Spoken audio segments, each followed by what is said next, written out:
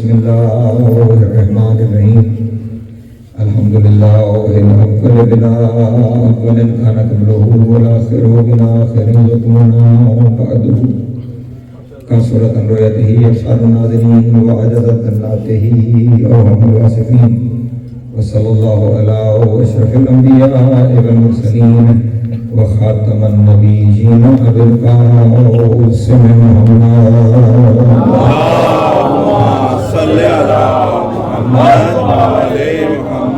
وآله الطيبين الطاهرين المعصومين الشرفاء الذين أذهب الله عنهم الرجس وطهرهم تطهيرا اللهم صل على محمد وآل محمد ولعنة دائمة على أعدائهم أجمعين من يوم عداوتهم إلى يوم الدين أما بعد فقد قال الله تبارك وتعالى في محكم كتابه المجيد وفرقانه الحميد وقوله الحق وهو أصدق الصادقين بسم الله الرحمن الرحيم إذا سألك عبادي أني فإني قريب أجيب دعوة الداع إذا دعان فليؤمنوا بي صلوات اللهم صل على محمد وآل محمد بن کے باواز بلند صلوات پڑھ دیں اللهم صل على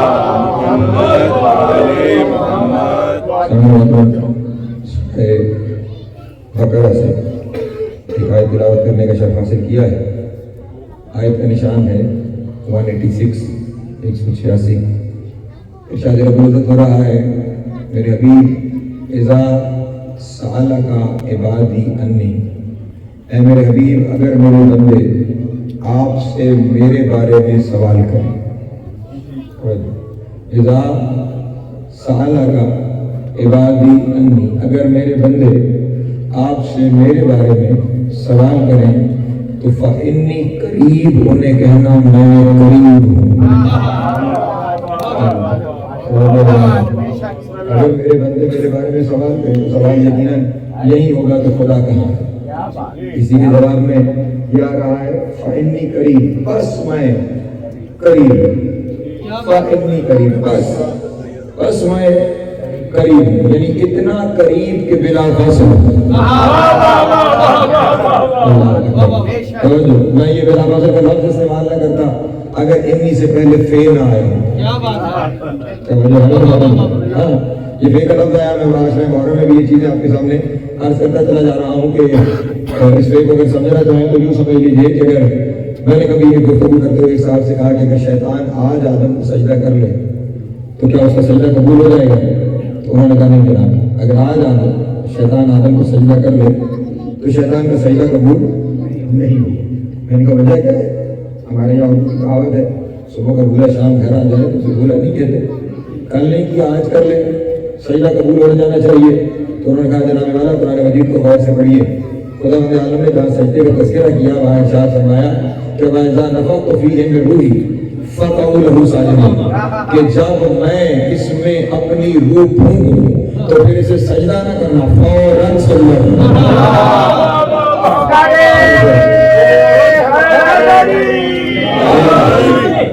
قَعُوا لَهُ سَاجِدِينَ نہیں، فَقَعُوا لَهُ، فوراً، بس فوراً اسے سجدہ کرنا تھا. اب جس نے فوراً کر لیا تھا اس کا قبول ہے، اور جس نے کوئی فصل لائی وہ زمان کی ہو یا مکان کی،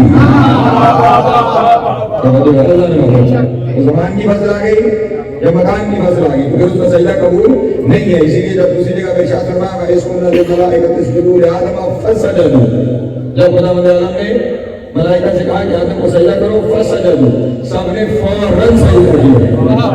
اور جو ہے میرے محترم دوستوں جنہوں نے فوراً کر لیا تھا ان کا فوراً وہاں قبول ہو گیا، اور جس نے فوراً نہیں کیا اب وہ چاہے کبھی بھی کرے تو پھر اس کا سجدہ قبول ہونے والا نہیں ہے. تو یہاں فیک اس لیے آتا ہے، بلا فصل کے لیے آتا ہے، فوراً کے لیے آتا ہے.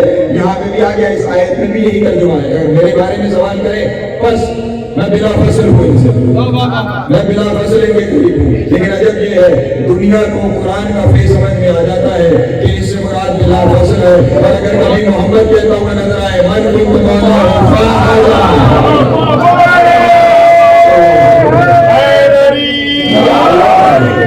میرے نبی نے بھی یہی ارشاد فرمایا ہے من کنت مولا ھذا علی مولا بھی کہتے تو جملہ کامل تھا.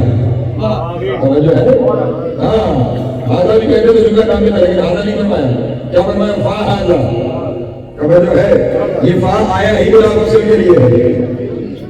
اب میں کیا کہوں کہ اس بلا فصل کو بھی یہ سمجھاتا ہوں اپنے دوستوں کے سامنے کہ اس بلا فصل کو یہ نہ سمجھیے گا کہ میرے رسول نے پردہ کیا تو بلا فصل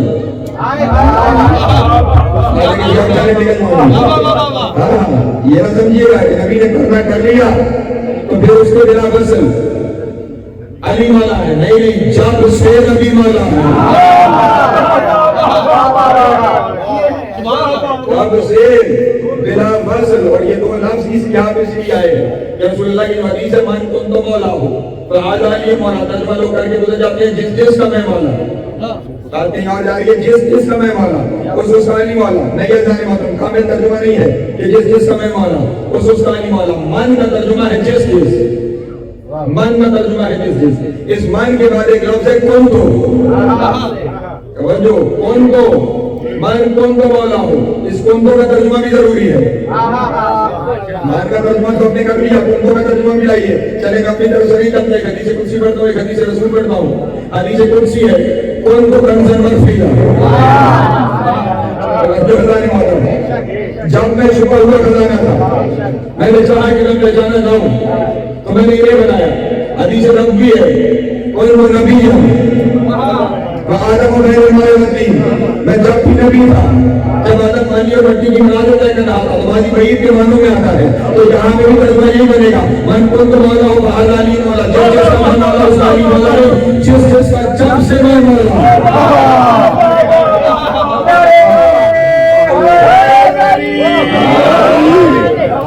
تو یہ بلا فصل ہونا کسی منزل کے بعد نہیں ہے یہ ہمیشہ سے ہے کہ جب سے وہ ہے تب سے یہ ہے.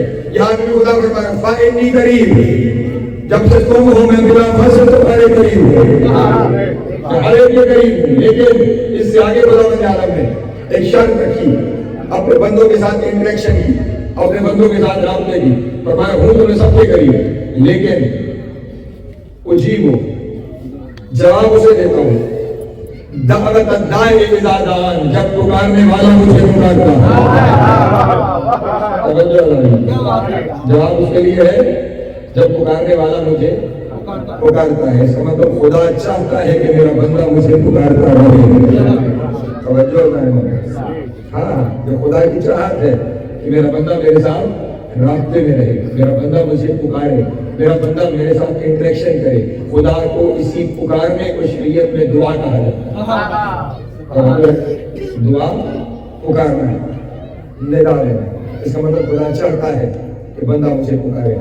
اسی لیے میں یاد کروں کہ زندگی کچھ نہیں بجز بندگی کے اور بندگی کچھ نہیں بجز دعا کے.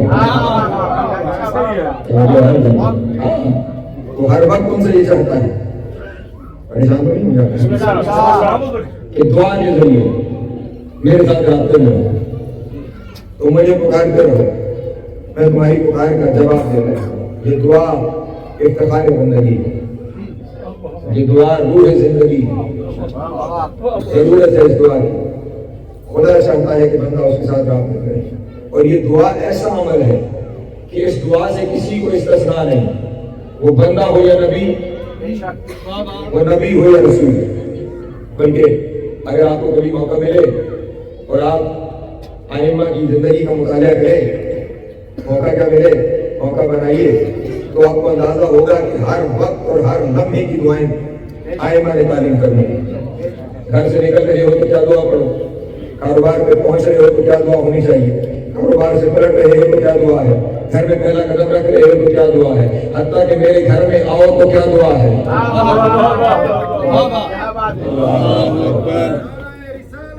یا رسول اللہ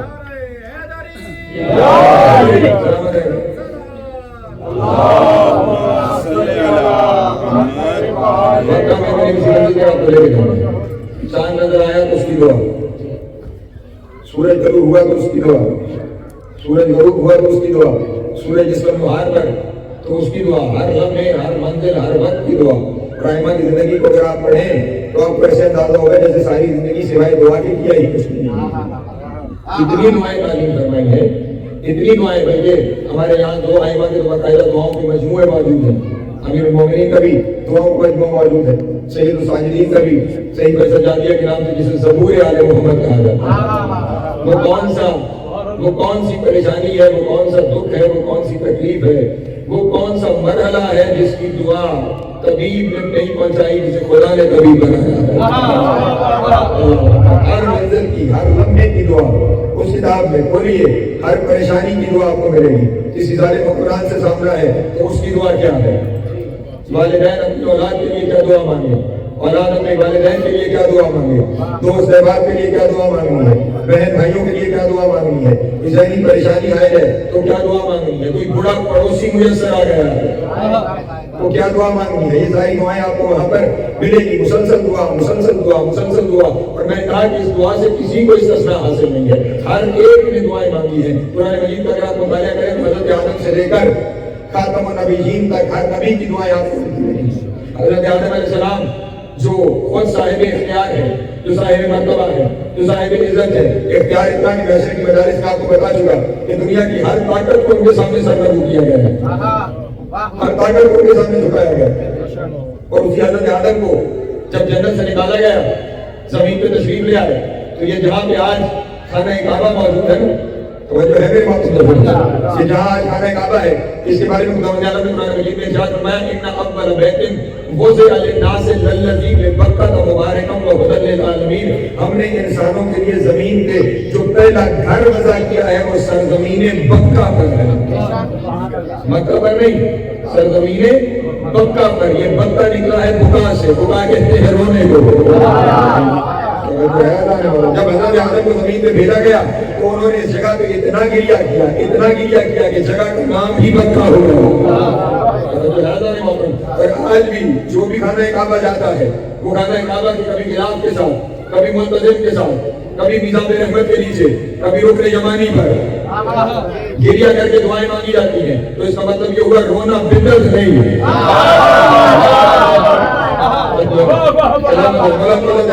جو زمین پہ پہلا آیا تھا وہ آج پہ ہی رویا تھا.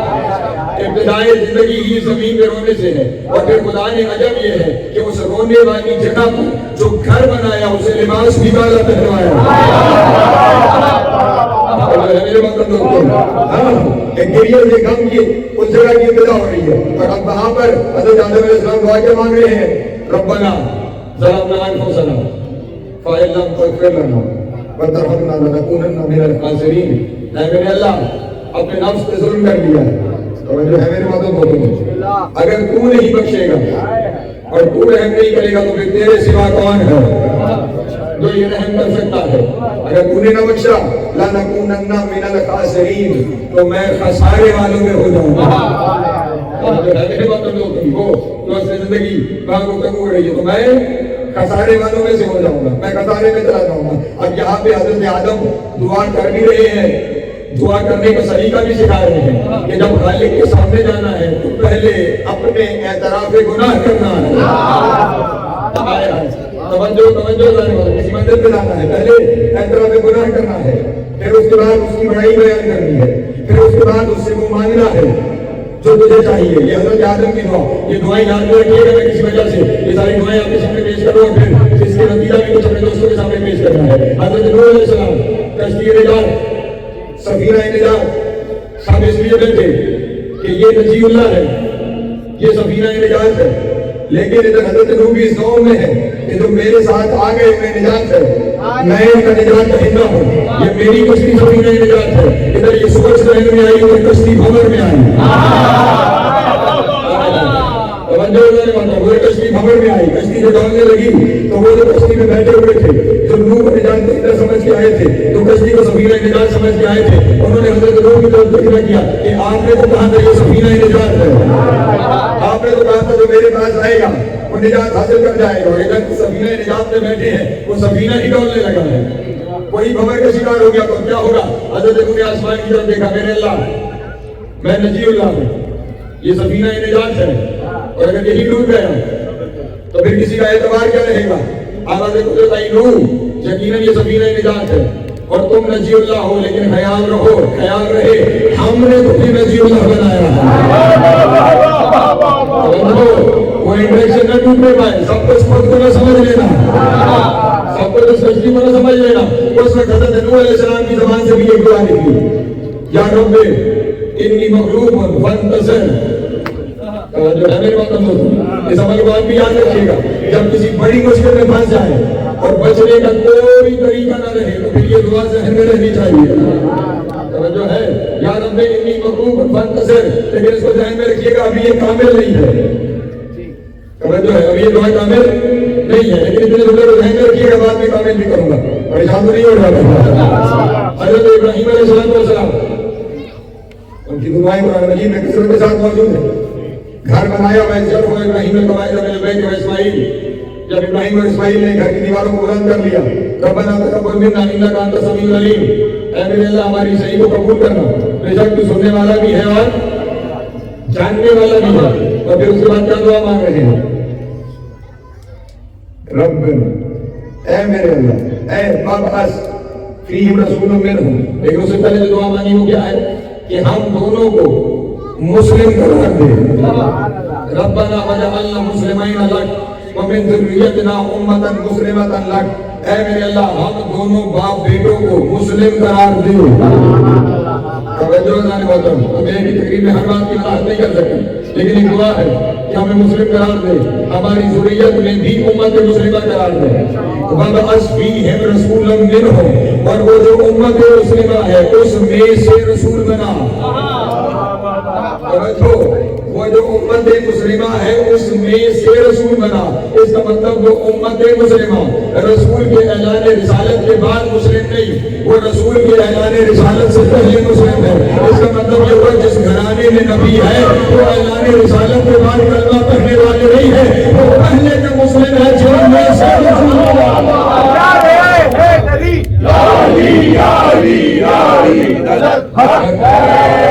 وہ پہلے کی امت ہے جس سے یہ دعا حضرت ابراہیم مانگ چکے ہیں۔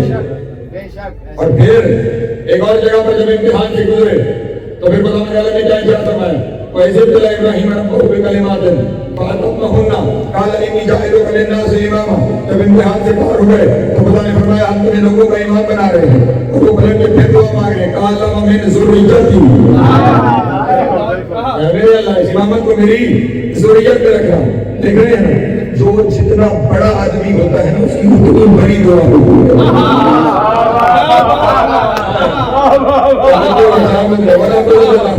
اس کی دعا کا معیار اتنا بلند ہوتا ہے۔ حضرت ابراہیم کی دعا کا معیار دیکھ رہے ہیں، کبھی خدا نے عالم سے اس کے سوا کچھ نہیں مانگا، جب بھی مانگا مجھے عہدہ دیا تو ذریت میں بھی دینا، رسالت رکھی تو ذریت میں بھی رکھنا، امامت رکھی تو ذریت میں بھی رکھنا۔ حضرت کس نبی کی دعا کا تذکرہ کریں؟ جناب زکریا، اولاد مریم نہیں ہے، توجہ ہے میرے باتوں کو، دعا مانگ رہے ہیں رب لا تذرنی فردا وانت خیر الوارثین، جن کی نام اولاد نہ ہو اس بات کو ذہن میں رکھیں، خصوص اولاد نبینا کے لیے تذکرہ کرنا۔ یہ حضرت زکریا کی دعا اس کو ذہن میں رکھیں، لیکن خیال رہے ابھی دعا کامل نہیں ہے، یہ رکھنا درد کرنا۔ دعا رب لا تذرنی فردا وانت خیر الوارثین، توجہ ہے میرے محترم دوستوں، ہاں مجھے اولاد عطا فرما، بے شک بہتر وارث تو ہی ہے، لیکن یہاں پہ بھی اولاد چاہیے، یہاں پہ بھی اولاد چاہیے۔ اس کا مطلب نبی جانتے تھے سلسلے یاروں سے نہیں اولادوں سے چلتے ہیں۔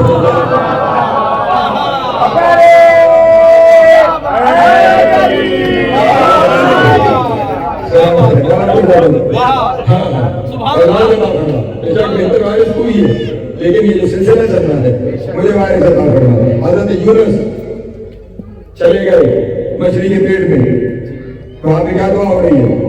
جسے دنیا آیت کریمہ کے نام سے جس کی غلطی کرتی ہے، لا الہ الا انت سبحانک انی کنت من الظالمین۔ توجہ ہے یہ عمل یہ ہر مشکل میں کام آنے والا عمل ہے، لیکن کبھی کبھی لوگ کرتے ہیں اور نتیجہ نہیں آتا، تو خیال رکھیے گا ہر عمل کے اپنے آداب۔ حضرت یونس نے یہ عمل کیا تھا مچھلی کے پیٹ میں جہاں اندھیرا تھا، اس کی چربی سائے کا ورد کریں اندھیرے میں کریں۔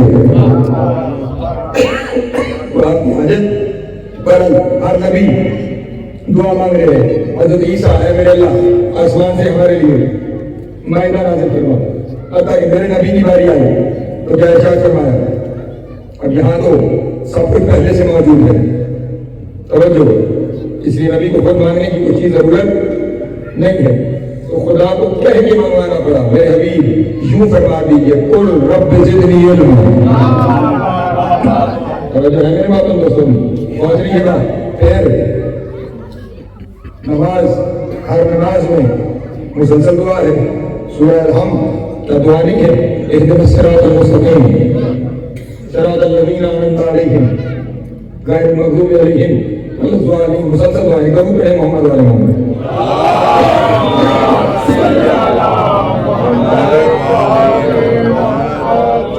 مسلسل دعا ہے۔ ہمارے ائمہ کی جانب سے ایک دعاؤں کا سلسلہ دعائے قرآن امیر المومنین نے تعلیم فرمائی، اپنے صحابی جناب قرآن کو، اور ارشاد فرمایا کہ مومنوں تک اس دعا کو پہنچاؤ کہ میرے چاہنے والے ہر روز اس دعا کو پڑھیں، ہر روز نہیں پڑھ سکتے، ہر شب جمعہ اس دعا کو پڑھیں۔ تو جو ہے اچھا ہمارے یہاں ایک مسئلہ شروع ہو گیا ہے کہ آپس میں لوگ بحث کرنا شروع کر دیتے ہیں کہ شب جمعہ دعائے قرآن پڑھیں یا حدیث کے، کوئی کہتا نہیں دعائے قرآن پڑھو ڈٹے رہے اس میں، کوئی کہہ رہا نہیں صرف حدیث کے ساتھ پڑھو ڈٹے رہے اس پہ۔ بھیا وہ کس نے کہہ دیا دونوں میں سے ایک پڑھنا ہے؟ شب جمعہ چھوٹی سی ہے، 15-20 منٹ کی ہے شب جمعہ کہ جس میں آپ دونوں میں سے ایک کام کر سکتے ہیں، پوری بات ہے، پوری شب ہے، دونوں کام کیجئے، حدیث کی کتاب بھی پڑھیے، دعائے قرآن بھی پڑھیے، لیکن دونوں کے اندر پڑھیے کیوں، دونوں میں پڑھیے جب مواصلت ہے، دونوں پڑھیے، اور وہ مواصلت یہ ہے دعائے قرآن میں انہوں نے بتایا ہے وہ کیا ہے، حدیث کی کتاب میں اس نے بتایا ہے وہ کیا ہے۔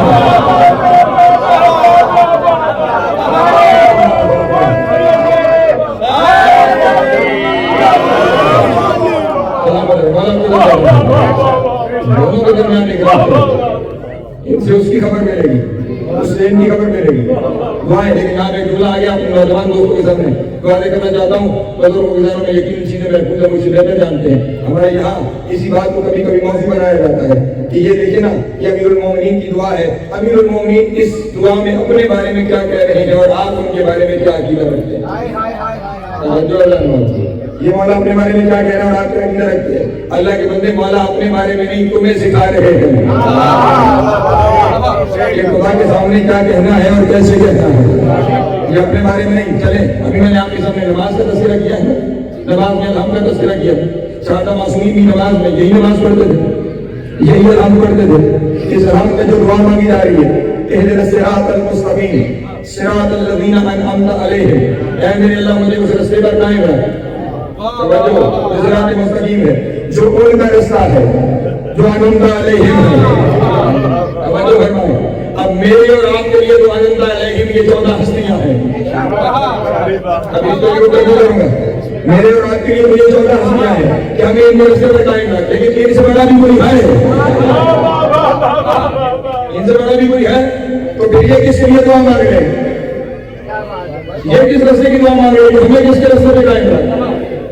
پریشان ہو گیا آپ بات، جانے والے محترم بات کو سمجھ میں بڑی آسانی سے آ جائے گی کہ کسی کلاس کے اندر کوئی استاد بیٹھا ہوا ہو، اس کے سامنے شاگرد طالب علم بیٹھے ہوئے ہو اور باہر سے کوئی شخص اس استاد کو دیکھ رہا ہو اور وہ استاد سامنے اس وائٹ بورڈ یا بلیک بورڈ پر لکھے 1 الف کچھ بھی وہ لکھ رہا ہے، وہ فرض کیجیے یہی وہ الف لکھ رہا ہے، اے لکھ رہا ہے، تو اب وہ جب باہر کھڑا ہوا ہے اگر تو وہ بے وقوف ہے تو وہ کہے گا استاد پڑھ رہا ہے، اور اگر ذرا سی وہ ہو جائے گا پڑھ نہیں پڑھا رہا ہے۔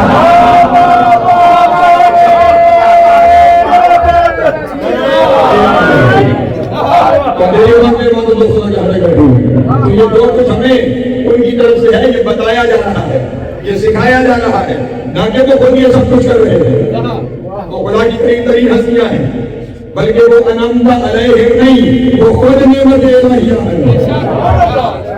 ہاں آیت میں کیا اعلان ہوا ہے، الیوم اکملت لکم واتممت علیکم نعمتی، آج میری نعمت مکمل ہو رہی ہے، ہستیاں خود نعمت دے رہی ہیں، یہ دعا ان کی اپنے لیے نہیں ہے، یہ دعا ان کی ہمیں سکھانے کے لیے ہے۔ توجہ ہے نا میرے دوستوں، تو ہر ایک کے لیے دعا ہے، ہر ایک کے لیے دعا ہے، کسی کے اپنے لیے ہے،